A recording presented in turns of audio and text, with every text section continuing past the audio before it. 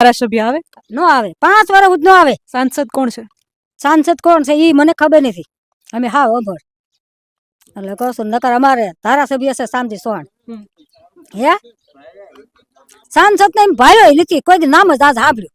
લ્યો, એક ગામ સેવક આવે ને તો કે નિષ્ફળના, જેને કાંઈ નતું થયું એનું ન લખ્યું. સરપંચ નો છોકરો હારું હાર રખડે, આનું લખવાનું કાનું નહીં લખવાનું. મત એમ દીધા હોય તો અમારું લખે, નકર ન લખે. લ્યો, સરપંચ નું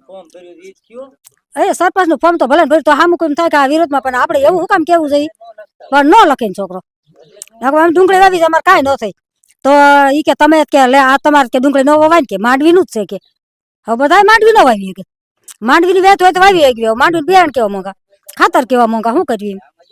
5 વીઘા જમીન હોય અમારે. 5 વીઘા જમીનમાં મારી પૂરું થઈ જાય 8 જણા ઘરમાં? થાય પણ શું કરવું? મરસું એટલો ખાઈ લઈ, બકાલું આ ગામમાં ન મળે અને સાસ ન મળે, કાંઈ નહીં.